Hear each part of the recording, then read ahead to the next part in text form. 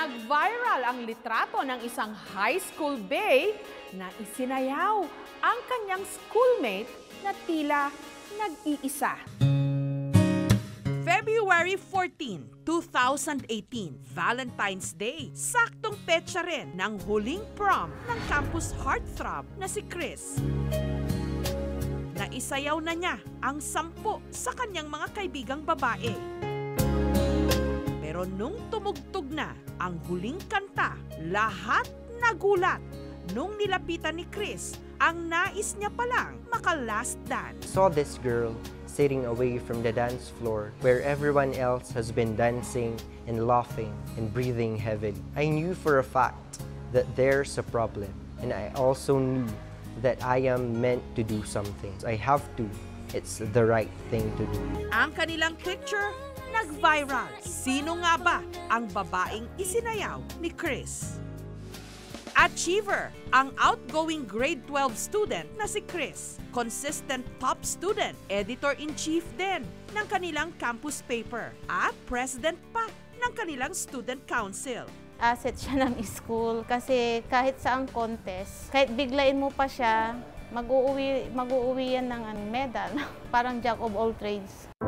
Pero sa kabila ng lahat ng kanyang narating, si Chris nabiktima rin pala ng bullying.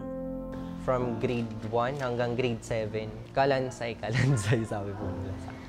Ang payat ko po talaga nun. Nasasaktan ba ako? Pero hindi po ako nagsumbong sa parents. Minanage ko po siyang mag-isa. Pero nitong mga nakaraang buwan, may nakakuha ng kanyang atensyon ang tahimik at mapag-isang si Lorraine. Pag tumatambay po sila sa stairs ng mga kaibigan niya, yun po. Pagdadaan pa ako, nag-hi po ako sa kanila, tapos nakikipagbiruan po ng konti. Napansin daw ni Chris na si Lorraine, katulad din niya noon, nakaranas ng bullying. Tinatawag po siyang napukpok ng pala. Alam niyo po yung shovel. Binibiro po siya, lalo na po yung mga kaklase niya. Dapat po walang nakakalamang, babae man yan, lalaki, kahit anuman pong estado sa buhay, anuman pong itsura. Pantay-pantay pong pagtingin.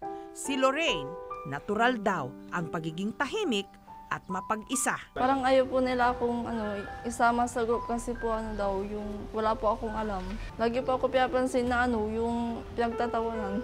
She's the type of person na parang reserved, napakatahimik yan. Pag di mo tinawag, hindi yan iimik. Hindi siya yung type of person also na sociable.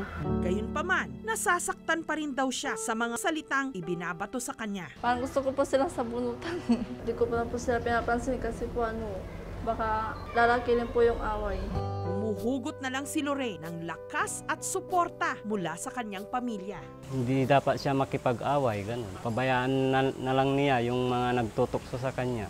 Samantala, ang prom na pinakahinintay ng lahat, gayong si Lorraine, napilitan lang daw sumama. Kaya ayaw ko po pumunta kasi tamad po. Kasi wala pong yung suot na damit. Wala rin pong budget. Kasama na lang po ako kasi po masaya. Kasama rin po lahat, tapos ako lang daw hindi sasama. Kaya nung mismong prom, mas pinili na lang daw niyang maupo sa isang sulok. Parang wala pa akong ganang sumayaw nun Parang feeling ko wala pong sasayaw sa akin. Kahit isa. Kaya doon lang po ako sa upuan nag-Facebook. Ang hindi niya alam, may nais palang siya ang maka-last dance. Walang iba kundi ang campus heartthrob na si Chris. So there I was, smiling, asking her to dance. For this is my last prom. And I will never forgive myself if a lady would be sad going home when she has hoped to be danced by someone. Na-feel ko na buti na lang naglakas na akong isayaw siya. And then buti na lang pumayag din siyang isayaw ko siya.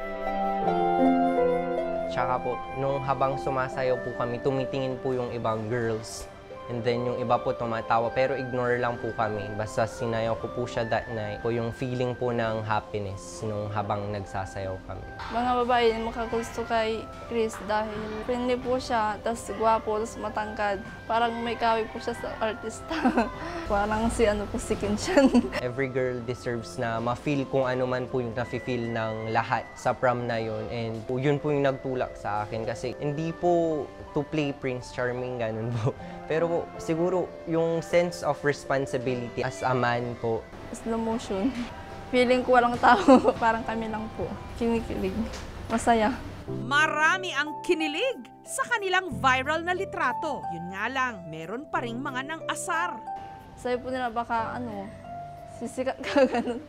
Yung iba po parang di po nila matanggap. Parang kinainisan ako dahil doon sa sa post. Naisip ko din po siyang i-delete. Pero sabi po nung iba, wag nating i-delete kasi mas madami po yung nai-inspire kaysa doon sa mga hindi nakakaintindi.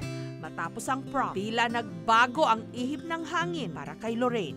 Masaya po kasi maraming lumalapit sa akin tapos marami po nag-a-add sa Facebook sa akin. Kinatuwa ko po kasi po naging mas light na po yung atmosphere dito sa school para kay Lorraine. Minsan po sa chat, pag may tinatanong ako sa kanya, ganun, yun, nakakapag-chat po kami. Minsan, pag nakita niya po ako sa kantin, lumalapit po siya na nagbibiroan po. Tinuturing ko po siya bilang little sister ko, si Lorraine po.